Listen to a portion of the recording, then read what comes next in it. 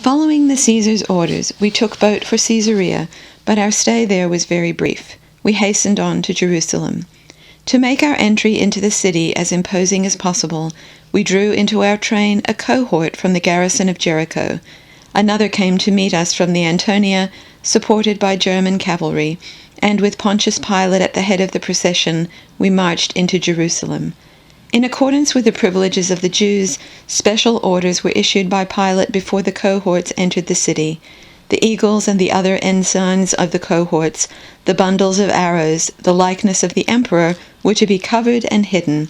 We were astounded by this act of crimen laesae majestatis. Were we to hide the emblems of Rome, the visible evidences of our triumphs and glories, at the behest of a crowd of Jews? Everywhere else in the world the legions carried them proudly in the light of day. Nations hailed them with frenzied cries of admiration and respect. The gates were flung wide open to receive them, and here, before the gates of Jerusalem, they disappeared. But what could we soldiers do? The order was given. It had to be obeyed. The religion of the Jews had been granted official recognition by Rome. The strategy of Rome was to grant the barbarians every liberty in connection with religion. Augustus Diva had confirmed the privileges of the Jews, which had been established by Caesar, and Tiberius was scrupulous in his observance of all the laws and customs followed by his predecessor, Augustus. There was no help for it. But where, we asked, were the deputations from the country and the city? Where were the representatives of the religious and civic authorities, the wise men and the lawgivers, to receive and greet Rome's representative, the deputy of the Caesar, the procurator of Judea? We waited in vain for them at the Hebron gate. I saw Pilate's face turning wax yellow with rage. And then, at last, there came toward us, in undignified haste, a handful of Jews in white robes.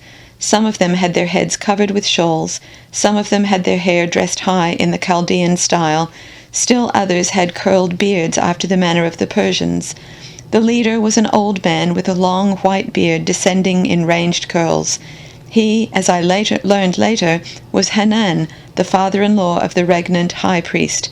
He had himself been high priest in years past. This old man passed as a friend of Rome, and he constituted himself the high priest's representative at official receptions. I shall have much to say in the sequel concerning Hanan, who not only knew how to handle the Jews and to retain the power in his hands, but by his cunning maneuvers even exercised an enormous influence on the procurator himself.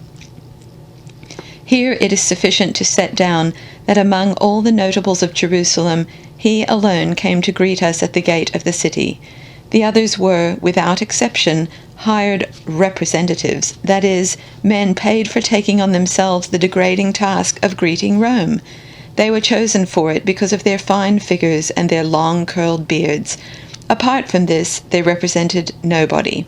There was not among them a single teacher of the law, at any rate, not a single distinguished one.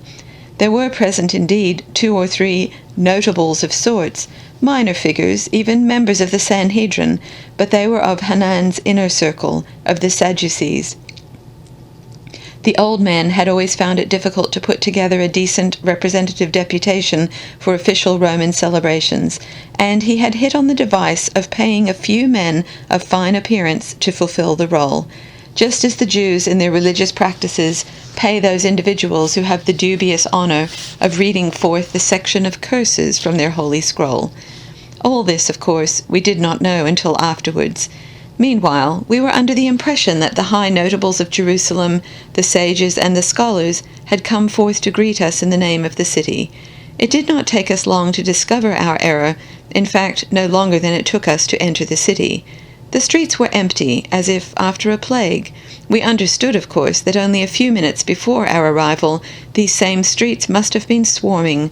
Indeed, the dust of innumerable footsteps had not yet had time to settle, and the last murmur of an excited multitude still seemed to hang in the air.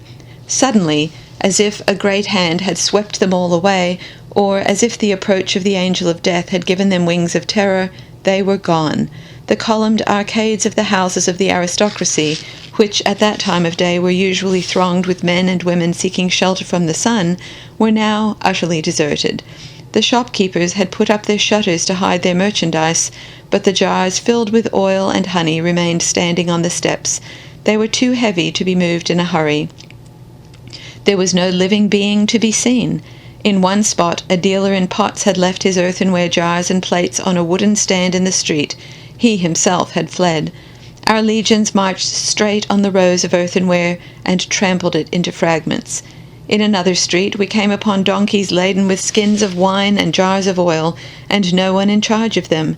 In the street of the spices, the spice grinders were silent. The dried spices and roots lay spread on the tables, and no person was about. It was the same in the street of the weavers. Motley woolen and flaxen fabrics were stretched on the looms, and not a person near them.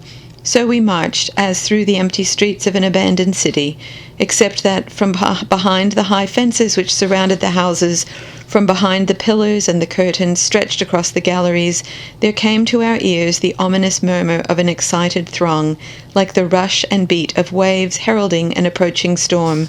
Now and again, indeed, we could glimpse, behind the lattices shutting off the flat roofs, agitated groups.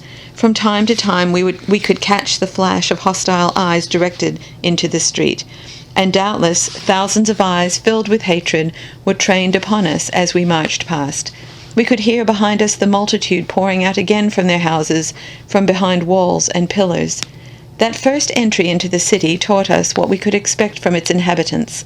The pealing of our trumpets died without an echo in the deserted streets, and so we marched between the dumb walls which sheltered a hidden enemy until we reached the upper section of the city. Here the population was friendlier. Laughing faces were turned down upon us from the casements.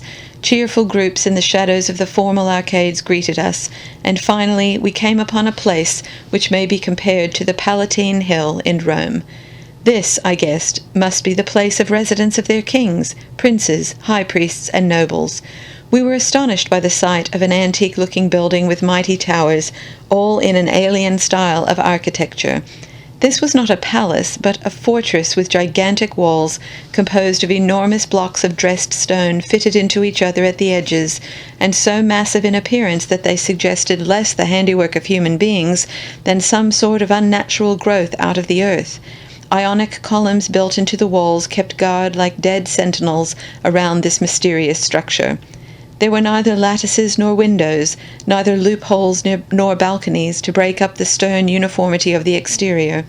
Only high up, above the arched entrance, a stone lattice sat like a crown, with places for a lookout, and up above these shot a conical-shaped tower rising into the skies. It was one of the loftiest buildings in Jerusalem. As we learned later, it was an ancient royal edifice dating back to the time of the Hasmoneans, and even today, when one of the tetrarchs or Herodian princes came up to Jerusalem, this building was reserved for his use. Around this tower of the Hasmoneans, palace after palace sprang from the earth, sheltered by high cypresses and surrounded by mighty gates. Loftiest and mightiest was the palace of the reigning high priest, or, as they called it, the Tower of the House of Hanan. I had occasion later to spend hours resting in its pleasant gardens or bathing in its refreshing pools and basins. Much of the dreariness of my stay in Jerusalem was made tolerable by them, but of this I shall have more to say later. Beyond these towers and palaces were still rows of imposing edifices. There was the Council House of Jerusalem with the National Archives. That abutted on the bridge leading from the higher part of the city to the place of the temple.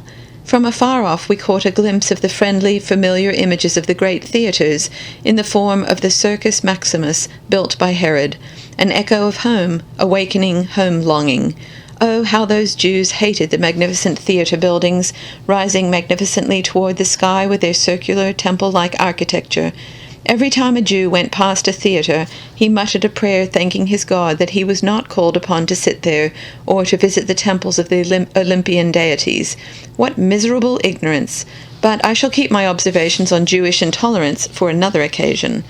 The upper part of the city was encircled by a wall set with towers. These were the 3 towers which the great Herod had erected as monuments to the 3 who had been closest to him in their lives, his father, his brother Faisal, and his wife Miriam.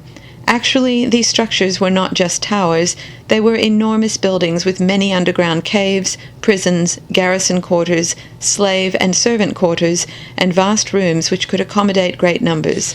The most magnificent as well as the most interesting of the buildings was the Miriam Tower, dedicated to the memory of Herod's wife, whom he had had legally murdered out of jealousy. As if to recall to life the womanliness of his victim, he erected a monument in the form of a palace with graceful and noble lines suggesting the image of woman.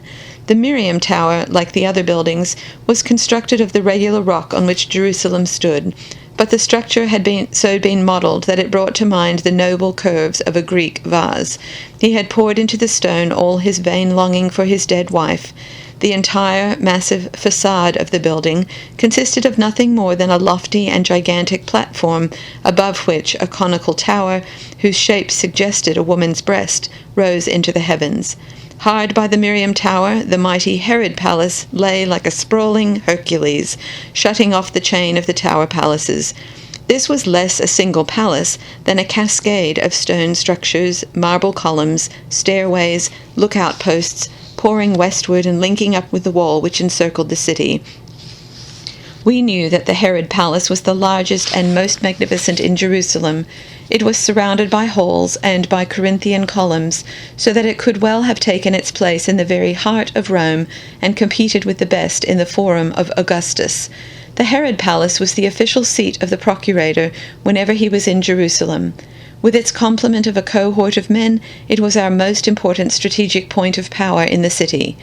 From his litter, Pilate issued the command that we were to continue on our march across the bridge which connected the uppermost part of the city with the place of the temple.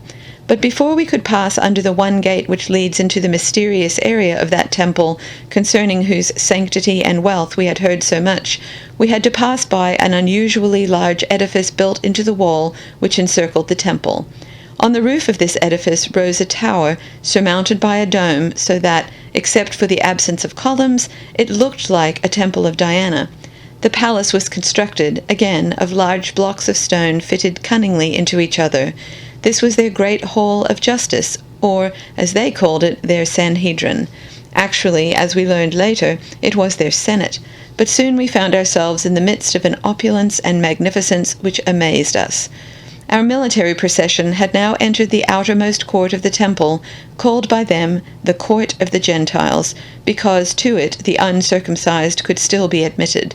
If the place of the towers might be likened to the Palatine Hill of Rome, this Court of the Gentiles could be designated the Forum of Jerusalem. It played for the capital of the Jews the role played by the Roman Forum for us.